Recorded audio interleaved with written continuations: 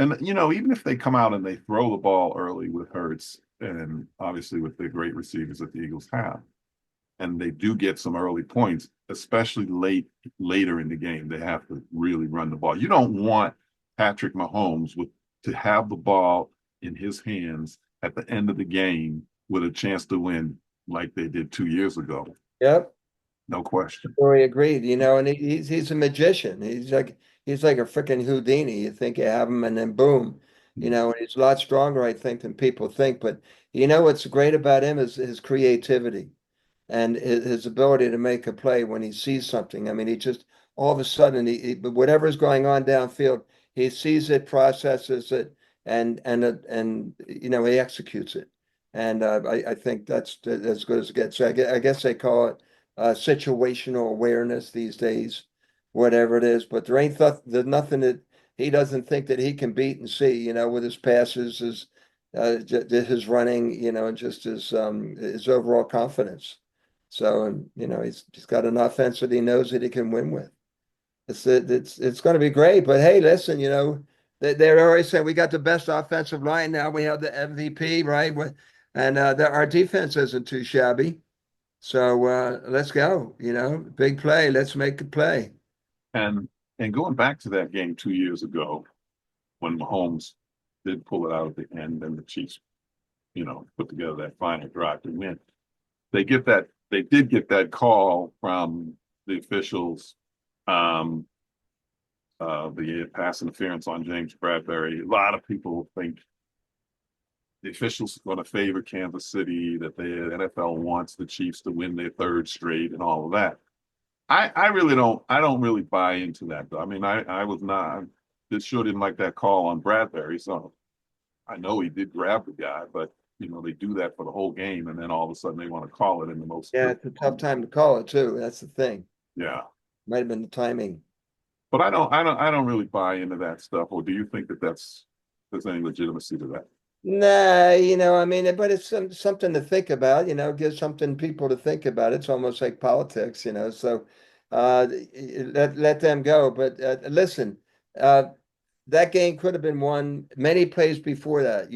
They say, 3, 4, 5, 6, 8 plays, that game could have been won, so they weren't in position or situation where that would even have to happen. So just play the game, do what you're asked to do, you're paid to get to do, and execute it. But I think the Eagles this year, just watching that defense flow, and just their acceptance now of their new defensive coordinator, of their new defensive style, and it's really a lot of fun to watch. A Yeah. lot of fun to watch. And They're flying and, all and over the field. right. And they don't have Bradbury anymore. They got Quinyon Mitchell, who's been Yeah. unbelievable as a rookie. Cooper DeJean, who's been unbelievable as a rookie. So they really have upgraded their pass defense a lot over what it was the last time when they faced Mahomes and the Chiefs. Happy birthday to Cooper, by the way, and Shaquan. Oh, okay. Yeah, there's another guy. There's another Eagle that What had is a he, birthday. 21 now? I guess so. Bergie, that was his birthday. It's my birthday on Sunday. Oh, Yeah, yeah. okay. Can't Happy forget my birthday. birthday. Yeah, yeah. We'll just sort of keep the age to a level. You do the math.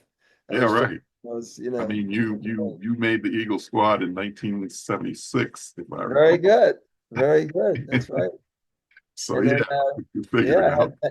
had that great opportunity after it was done. Tommy Brookshire was doing the sports, and then I wound up doing the weekend sports for Channel 10 there for a few years. And Oh, I had forgotten about that. You were a yeah, yeah, man, broadcaster. that's right. I was sitting in your seat, and then let's see. Well, then WPEN. I was sports director for PEN and That's we were the broadcast partners of the Sixers, and that's Dr. J, and we beat the Lakers for the World Championship. It was pretty cool.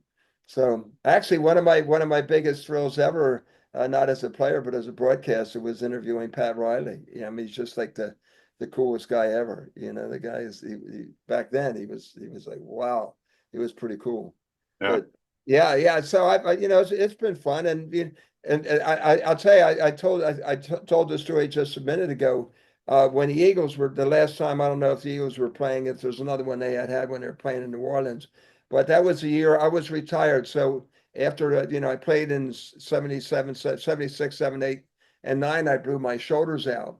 And then I was part of the press corps when they got to the Super Bowl that year. And I was in New Orleans for an entire week, and every night I'm out there partying with the guys from the Raiders, our opponent, and our guys are all locked up and sequestered. And when I was with Don Tollefson.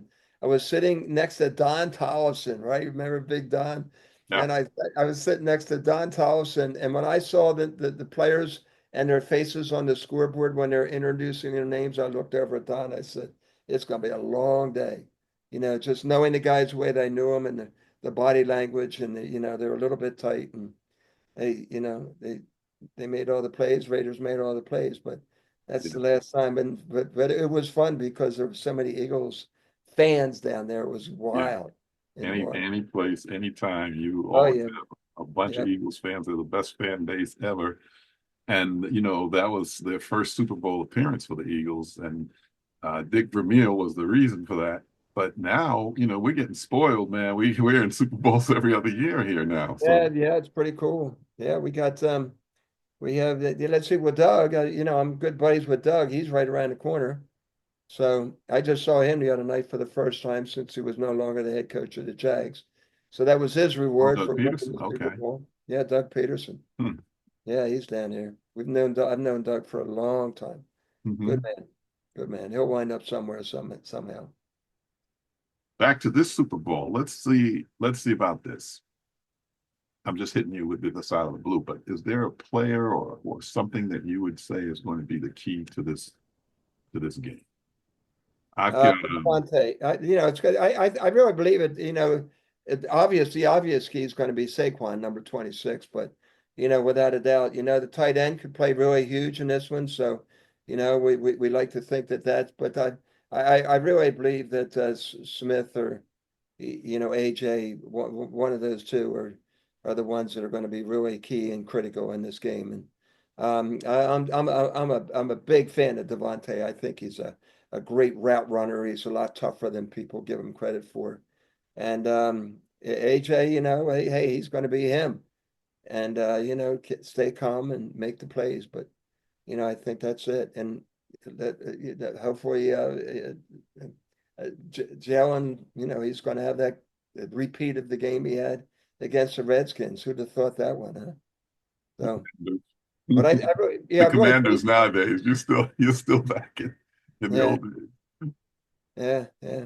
Um, the You kind of took mine a little bit because I was going to say Dallas Goddard.